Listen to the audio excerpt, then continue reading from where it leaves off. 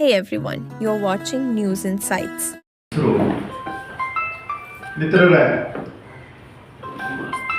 ನಾವು ಒಂದು 7-8 ದಿವಸಗಳಿಂದ ನೋಡ್ತಾ ಇದ್ದೀವಿ ಸದನದಲ್ಲಿ, ಲೋಕಸಭಾ ಸದನದಲ್ಲಿ ಏನ್ ನಡೀತಾ ಇದೆ. ಒಂದು 7-8 ದಿವಸ ತುಂಬಾ ಹಾಟ್ ನ್ಯೂಸ್ ನಮಗೆ ಸಿಗ್ತಾ ಇದೆ. ವೋಟ್ ಚೋರ್ ಗದ್ದಿ ಚೋರ್, ವೋಟ್ ಚೋರ್ ಗದ್ದಿ ಚೋರ್, ತಡಿಪಾರ್ ಗೋ ಬ್ಯಾಕ್, ತಡಿಪಾರ್ ಗೋ ಬ್ಯಾಕ್. ಇದು ಒಂದು ಸುಮಾರು 2 ದಶಕಗಳಿಂದ ಸಾರ್ವಜನಿಕರು ನಾವು ನೋಡ್ಕೊಂಡು ಬಂದಿರತಕ್ಕಂತ ವಿಷಯ.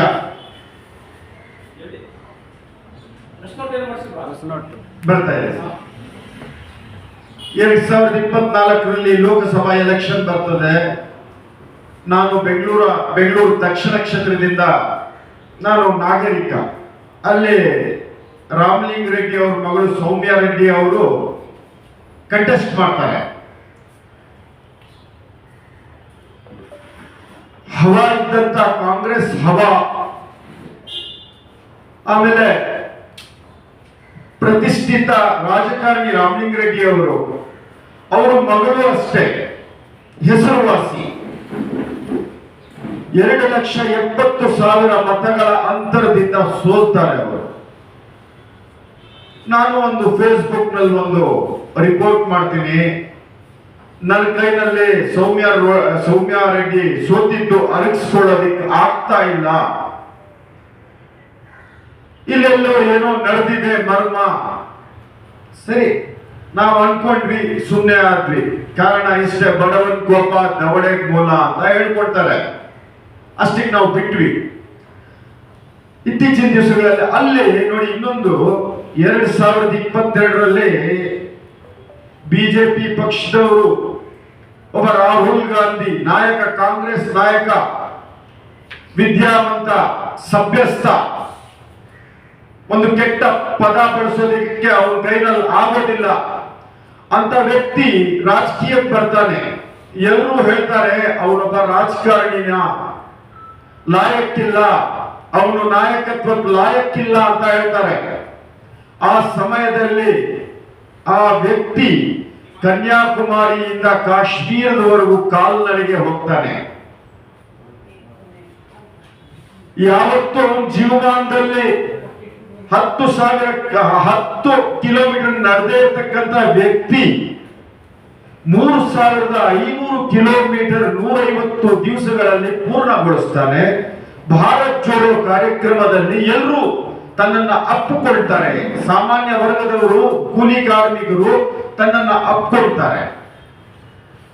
ಇಲ್ಲಿ ಲೋಕಸಭೆಯಲ್ಲಿ ಆ ವಿಷಯಕ್ಕೆ ವಿರೋಧ ಪಕ್ಷ, ಆಡಳಿತ ಪಕ್ಷದವರ ಭಯ ಹುಟ್ಕೊಡುತ್ತೆ. ಅವರು ಒಂಥರ, ಏನಪ್ಪ ರಾಹುಲ್ ಗಾಂಧಿ ಕ್ರೇಜ್ ಹೀಗ್ ನಡೀತಾ ಇದೆ, ಹೀಗ್ ಆಗ್ತಾ ಇದೆ. 2023 ಮಣಿಪುರ ಗಲಭೆ ಪಂಜಾಬ್ನಲ್ಲಿ ಕೊಡ್ತೀನಿ ಸರ್. ಆ ದೂರುಗಳಿಗೆ ಮನ್ನಣೆ ಇಲ್ಲ, FIR ಆಗುವಂತದ್ದಲ್ಲ ಅಂತ ಹೇಳ್ಬಿಟ್ಟು ಆವಾಗ ಒಂದು ಕಾನೂನು ಮಾಡ್ಕೊಂತಾರೆ. ಅದು ಇತ್ತೀಚಿನ ದಿವಸಗಳಲ್ಲಿ ನಮ್ಗೆ ಅನಿಸ್ತಾ ಇದೆ, ಆ ಕಾನೂನು ಇವರು ದುರ್ಬಳಕೆ ಮಾಡ್ಕೊಂತಾ ಇದ್ದಾರಾ ಅಂತ ಹೇಳ್ಬಿಟ್ಟು ಒಂದು ಆಗುತ್ತೆ. ಸರಿ, ಇದ್ದಕ್ಕಿದ್ದಂಗೆ ರಾಹುಲ್ ಗಾಂಧಿ ಬೆಂಗಳೂರಿಗೆ ಪ್ರತ್ಯಕ್ಷರಾಗ್ತಾರೆ. ಮಹದೇವಪುರದಲ್ಲಿ 1,00,000 ಓಟುಗಳಲ್ಲಿ ಕಳ್ತನ ಆಗಿದೆ, ಹಾಗಾಗಿದೆ, ಹೀಗಾಗಿದೆ. ಸರಿ, ನಾವೆಲ್ಲ ನ್ಯೂಸ್ಗಳು ನೋಡಿದ್ವಿ, ಆಯ್ತು. ಆಗಸ್ಟ್ 17ರಂದು ಚೀಫ್ ಎಲೆಕ್ಷನ್ ಕಮಿಷನರ್ ಒಂದು ಪ್ರೆಸ್ ಮೀಟ್ ಕರೆಸ್ತಾರೆ. ಪ್ರೆಸ್ ಅವರೆಲ್ಲ ಕೂತ್ಕೊಂಡಿರ್ತಾರೆ. ನಾವು ತುಂಬಾ ಕಾಳಜಿಯಿಂದ ನೋಡಿರ್ತೀವಿ. ಅಲ್ಲಿ ಅವರು ಪ್ರೆಸ್ ಅವರಿಗೆ ಕೊಡುವಂತ ಉತ್ತರಗಳು ಒಂಥರ ವಿಚಿತ್ರವಾದಂತ ಉತ್ತರಗಳು. ಒಂದು ವಾರದಲ್ಲಿ ರಾಹುಲ್ ಗಾಂಧಿ ಮಾಧ್ಯಮದ ಮುಖೇನ ದೇಶದ ಜನರ ಮುಂದೆ ಕ್ಷಮೆ ಯಾಚಿಸದಿದ್ದಲ್ಲಿ, ಹಲಫ್ನಾಮ ಪ್ರಮಾಣ ಪತ್ರ ಕೊಡದಿದ್ದ ಪಕ್ಷದಲ್ಲಿ ಈ ಹೇಳಿಕೆ ಅಮಾನ್ಯವಾಗುತ್ತದೆ ಅಂತ ಹೇಳ್ಕೊಳ್ತಾರೆ. ಅವರು chief election commissioner Gyanesh Kumar ಅವರು ಈ ಹೇಳಿಕೆ ಕೊಡ್ತಾರೆ. ಸ್ವಾಮಿ ರಾಹುಲ್ ಗಾಂಧಿ ಅವರು ನಿಮ್ಮನ್ನು ತಪ್ಪಿತಸ್ಥ ಸ್ಥಾನದಲ್ಲಿ ನಿಲ್ಲಿಸಿದ್ದಾರೆ. ಅದಕ್ಕೆ ನೀವು ನಾನ್ ಕಳ್ಳ ಅಲ್ಲ ನಾನ್ ಸಾಚ ಅನ್ನೋದನ್ನ ರೂಪಿಸಿ ಅದು ಎರಡನೇ ಮಾತು. ಆದ್ರೆ ಈ ದೇಶದ ನಾಗರಿಕರಾಗಿ ನೀವು ಕೊಟ್ಟಂತಹ ಹೇಳಿಕೆ ಸಮಂಜಸವಾದದ್ದಲ್ಲ. ಮಾನ್ಯ ಚೀಫ್ ಎಲೆಕ್ಷನ್ ಕಮಿಷನರ್ ಅವರಿಗೆ ನಾಗರಿಕರ ಮುಖೇನ ನಾವು ಕೇಳ್ಕೊಳ್ತಾ ಇದ್ದೀವಿ, ಅಕಸ್ಮಾತ್ ರಾಹುಲ್ ಗಾಂಧಿ ತಪ್ಪಾಗಿದ್ದಲ್ಲಿ ನೀವು ರುಜುವಾತುಪಡಿಸಿ. ನೀವು ಕೇಂದ್ರ ಸರ್ಕಾರದ ಒಂದು ಅಂಗಸಂಸ್ಥೆ, ನಿಮ್ಮಲ್ಲಿ ಎಲ್ಲಾ ತರಹದ ಸವಲತ್ತುಗಳು ಇದೆ, ನಿಮ್ಮಲ್ಲಿ ಎಲ್ಲಾ ತರಹದ ಅಧಿಕಾರಿಗಳು ಇದ್ದಾರೆ, ನಿಮ್ಮಲ್ಲಿ 10,50,000 BLOಗಳು ಕೆಲಸ ಮಾಡ್ತಾ ಇದ್ದಾರೆ. ಇಂಥ ಒಂದು ದೊಡ್ಡ ಸಂಸ್ಥೆ ನೀವು ಹೇಳಬಹುದು ರಾಹುಲ್ ಗಾಂಧಿ ಮಾಡಿರೋದು ತಪ್ಪು ಅಂತ. ಯಾಕೆ ರಾಹುಲ್ ಗಾಂಧಿ ಗಂಟೆ ಕಟ್ಕೊಂಡು ಯಾಕೆ ಜನಗಳ ಮುಂಗಡೆ ತೆಗೆದುಕೊಂಡು ಬಂದು ನಿಲ್ಲಿಸ್ತಾ ಇದ್ದಾರಲ್ಲ, ನೀವು ರುಜುವಾತು ಮಾಡಿಸಿ. ಇಲ್ಲದಿದ್ದಲ್ಲಿ ದೇಶದ ಜನಗಳ ಮುಂದೆ ನೀವು ಕ್ಷಮೆ ಕೇಳಿ ಸ್ವಾಮಿ. ರಾಹುಲ್ ಗಾಂಧಿ ತಪ್ಪಾದಲ್ಲಿ ಚುನಾವಣೆ ಬರುತ್ತೆ, ಚುನಾವಣೆಯಲ್ಲಿ ಅವರಿಗೆ ಮೂಲಭೂತ ಮಾಡೋದು ಜನಗಳಿಗೆ ಗೊತ್ತು. ನೀವು ಈ ದೇಶದ ಒಂದು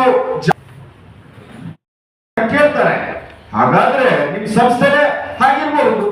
ಅನುರಾಗ್ ಠಾಕೂರ್ ಹೇಳ್ತಾ ಇದ್ದಾರೆ, ರಾಹುಲ್ ಗಾಂಧಿನೂ ಹೇಳ್ತಾ ಇದ್ದಾರೆ. ನೀವು ಸರಿಪಡಿಸಿ, ಸಾರ್ವಜನಿಕವಾಗಿ ಇದನ್ನ ಸರಿ ಇದೆ ಅಥವಾ ತಪ್ಪಿದ್ರೆ ನೀವು ಮುಚ್ಚೂಣಿನಲ್ಲಿ ನೀವು ನಿಂತ್ಕೊಂಡು EVM ವ್ಯವಸ್ಥೆ ಸರಿ ಇಲ್ಲ, ಇದು ನಮ್ಮ ದೇಶಕ್ಕೆ ಸರಿಯಾಗಿಲ್ಲ, ಇದು ಮಾರಕವಾಗಿದೆ ಅಂತ ಹೇಳ್ಬಿಟ್ಟು ಬ್ಯಾಲೆಟ್ ವೋಟಿಂಗ್ ಸಿಸ್ಟಮ್ಗೆ ನೀವು ಮುಚ್ಚೂಣಿನಲ್ಲಿ ನಿಂತ್ಕೊಂಡು ಎಲ್ಲರಿಗೂ ತಿಳುವಳಿಕೆ ಕೊಡಿ. ಯಾಕಂದ್ರೆ ನೀವು ಚೀಫ್ ಎಲೆಕ್ಷನ್ ಕಮಿಷನರ್, ಒಂದು ಉನ್ನತ ಹುದ್ದೆನಲ್ಲಿದ್ದೀರಾ, ಒಂದು ಸಂಸ್ಥೆಯ ಒಂದು ದೊಡ್ಡ ಹುದ್ದೆ, ನೀವು ಅದನ್ನ ಸರಿ ಮಾಡಿಸ್ಬೇಕು.